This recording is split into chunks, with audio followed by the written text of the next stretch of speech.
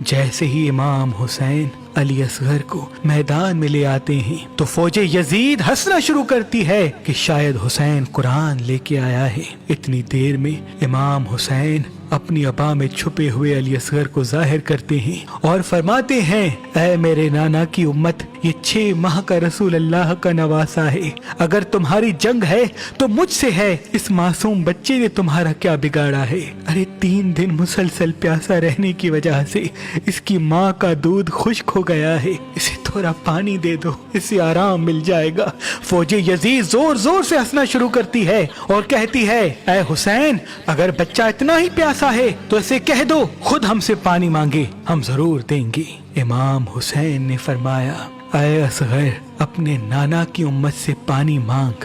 علی اصغر کے لب ہلنے لگتے ہیں اور وہ فوج یزید کی آنکھوں میں آنکھیں ڈال کے کہتے ہیں، اے میرے نانا کی امت، میں 3 دن کا پیاسا ہوں، مجھے تھوڑا پانی دے دو۔ تاریخ نے لکھا، علی اصغر پیاس سے ایسے تڑپ رہے تھے جیسے مچھلی پانی کے بغیر تڑپتی ہے، اور آپ کی آواز میں اتنا درد تھا کہ فوج یزید کا دل نرم ہونے لگتا ہے۔ اتنے میں عمر بن سعد کہے، اے حرملہ، ایسا نہ ہو کہ فوج میں بغاوت ہو جائے، جلد نشانہ لے اور اس بچے کو قتل کر دے۔ بس وہ نشانہ لیتا ہے، 1 مرتبہ نشانہ لیتا ہے لیکن تیر چلا نہیں پاتا، دوسری مرتبہ کوشش کرتا ہے، تیر چلا نہیں پاتا، جب تیسری مرتبہ بھی تیر نہیں چلا پاتا تو عمر بن سعد کہتا ہے کہ پورے لشکر میں تجھ سے بڑا بے رحم کوئی نہیں، تجھ سے یہ بچہ نہیں مارا جاتا۔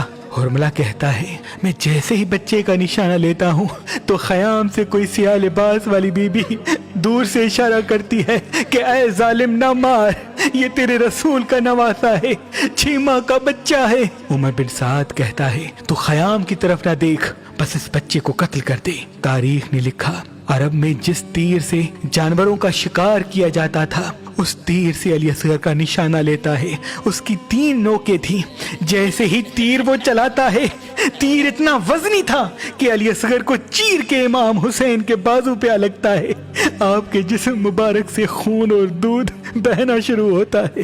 امام حسین اپنے بیٹے کو دیکھ کے آسمان کی طرف دیکھتے ہیں اور چاہتے ہیں کہ خون علی اصغر آسمان کی طرف رواں کرے۔ آواز آتی ہے، اے حسین، قیامت تک پانی نہیں برسے گا۔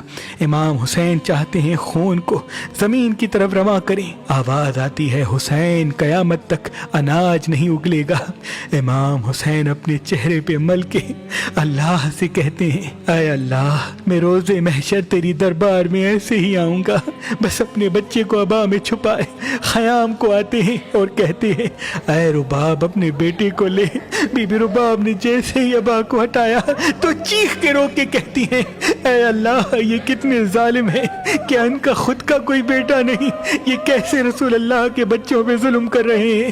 امام حسین بی بی رباب کو دلاسا دیتے ہیں اور فرماتے ہیں، اس ہمارے بچے کی قربانی رہتی دنیا تک یاد رکھی جائے گی۔ اے رباب، ہماری شہادت کے بعد ہماری لاش کو پامال کیا جائے گا، ہمارے سروں کو کاٹا جائے گا۔ میں نہیں چاہتا کہ اس معصوم بچے کی لاش کی بھی بے حرمتی ہو۔ آؤ، خیام کے پیچھے بچے کی قبر بناتے ہیں۔ امام حسین اور بی بی رباب خیموں کے پیچھے کھڈا کھودتے ہیں اور وہاں علی اصغر کو تدفین کر دیتے ہیں۔ تاریخ نے لکھا، جیسے ہی امام حسین کی شہادت کے بعد تمام شہیدوں کے سروں کو کاٹا جا رہا تھا تو اتنے میں آواز آتی ہے کہ اس بچے کی لاش نہیں ملتی جس کو حسین پانی پلانے کے لیے میدان میں لے آئے تھے۔ بس ہر کوئی نیزہ ہاتھ میں لے کے کربلا کی زمین پہ مارنا شروع کرتا ہے کہ امام حسین نے ادھر ہی کہیں تدفین کیا ہوگا۔ بس ایک نیزہ زمین پہ لگ کے جیسے ہی بلند ہوتا ہے تو اس پہ علی اصغر کی لاش بھی پرواز کرنے لگتی ہے۔ بی بی رباب نے جیسے ہی دور سے اپنے بچے کی لاش کو دیکھا تو رو رو کے کہنے لگی، اے اللہ، میں تجھ سے وعدہ کرتی ہوں کہ جب تک زندہ رہوں گی نہ ٹھنڈا پانی پیوں گی اور نہ ہی کبھی سائے میں بیٹھوں گی۔ ان ظالموں نے اس 6 ماہ کے بچے کا سر بھی کاٹ کے نیزے پہ چڑھا دیا اور اس کے جسم مبارک کو زمین کربلا پہ چھوڑ دیا۔ وہ میرے بھائی جو صاحب اولاد نہیں، ان کے لیے میرے پردادا خاص اسم اعظم و خاص جڑی بوٹیوں سے ایک معجون بناتے تھے جو اللہ کے کرم سے جو بھی بے اولاد مرد یا عورت کھاتی تھی وہ فوراً صاحب اولاد ہو جاتے تھے۔ مرد کی تمام مردانہ کمزوریاں اس معجون کے کھانے کے بعد ختم ہو جاتی تھی اور عورت کے تمام پوشیدہ امراض اللہ کے کرم سے فوراً ختم ہو جاتے تھے۔ شاہ شمس کے بعد آپ کی اولاد انہی جڑی بوٹیوں اور انہی خاص اسم اعظم سے معجون پشت در پشت بناتے ہوئے آ رہی ہے، تو ہم نے بھی وہ اپنے آباء و اجداد کا صدیوں پرانا معجون جو خاص جڑی بوٹیوں اور خاص وظائف کے ساتھ بنایا جاتا ہے، جو مرد اور عورت دونوں کھا سکتے ہیں، دونوں کے لیے مفید ہوتا ہے، آپ کے لیے مہربان شفا خانہ پہ رکھا ہے تاکہ آپ جلد صاحب اولاد ہو جائیں۔ مجھے امید ہے اس معجون کے کھانے کے بعد آپ جلد صاحب اولاد ہوں گے اور ایک خوبصورت ازدواجی زندگی گزاریں گے۔ آج کل اور پرسوں اگر آپ یہ اسم اعظم دم شدہ معجون لیں گے تو اس کے ساتھ آپ کو مہربان پکی فی سبیل اللہ گفٹ دی جائے گی۔ اگر ہمارا نمبر آپ کو مصروف ملتا ہے تو آپ مہربانشفا.com پہ آئیں اور یہ اسم اعظم دم شدہ صاحب اولاد بنانے والا معجون حاصل کریں۔ اللہ آپ کو آباد رکھے۔